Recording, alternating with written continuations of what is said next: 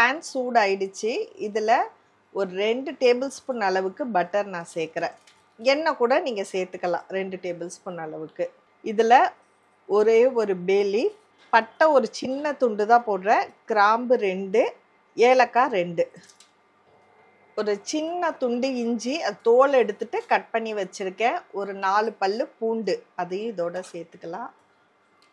இப்போது சின்ன வெங்காயம் நான் எடுத்திருக்கேன். பல்லாரி வெங்காயம் அப்படின்னா ஒரு மீடியம் சைஸ் 2 பல்லாரி வெங்காயம்.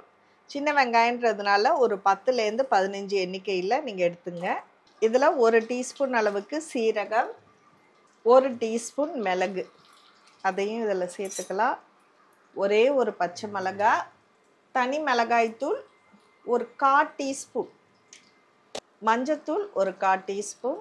இதோட நம்ம வந்து பீட்ரூட் சேர்க்குறோம், ஒரு பாதி பீட்ரூட் அதையும் இதோட சேர்த்துருக்கேன். இதோட ஒரு 5 மீடியம் சைஸ் தக்காளி நான் சேர்க்குறேன். ஸோ இப்போது இதில் வந்து கொஞ்சமாக உப்பு, தேவையான அளவுக்கு உப்பு சேர்த்துருக்கேன். இப்போ எல்லாத்தையும் சேர்த்தாச்சு, கொஞ்சம் நல்லா மிக்ஸ் பண்ணி விடுங்க.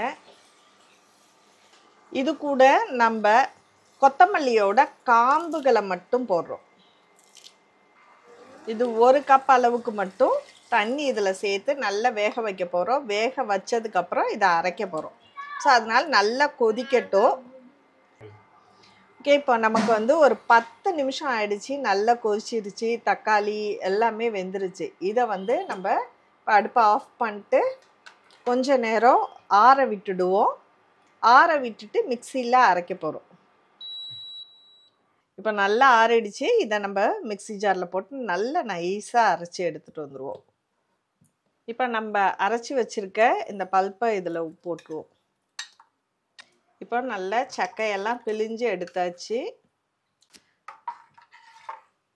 இப்போ நமக்கு சூப் ரெடி ஆயிடுச்சு. இதை வந்து அப்படியே நம்ம சாப்பிட போகிறது இல்லை, இன்னும் எக்ஸ்ட்ராவாக தண்ணி ஆட் பண்ணி கொதிக்க வைக்க போகிறோம்.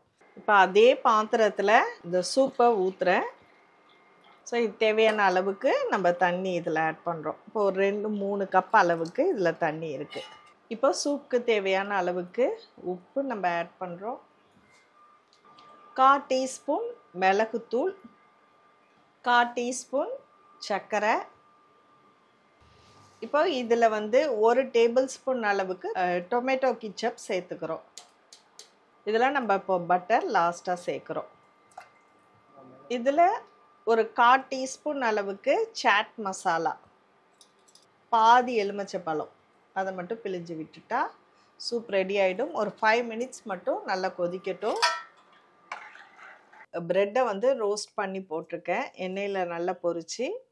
ஸோ இப்போது டொமேட்டோ சூப் நமக்கு சுட சுட சூப்பராக ரெடி ஆயிடுச்சு.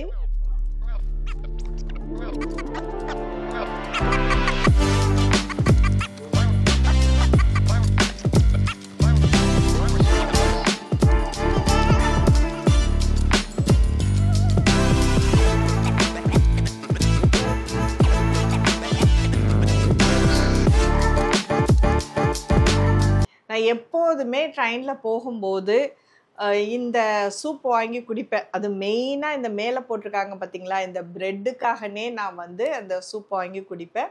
ரொம்ப நல்லா இருக்கும், தொண்டைக்கு இதமாக இருக்கும் ட்ராவல் பண்ணும்போது.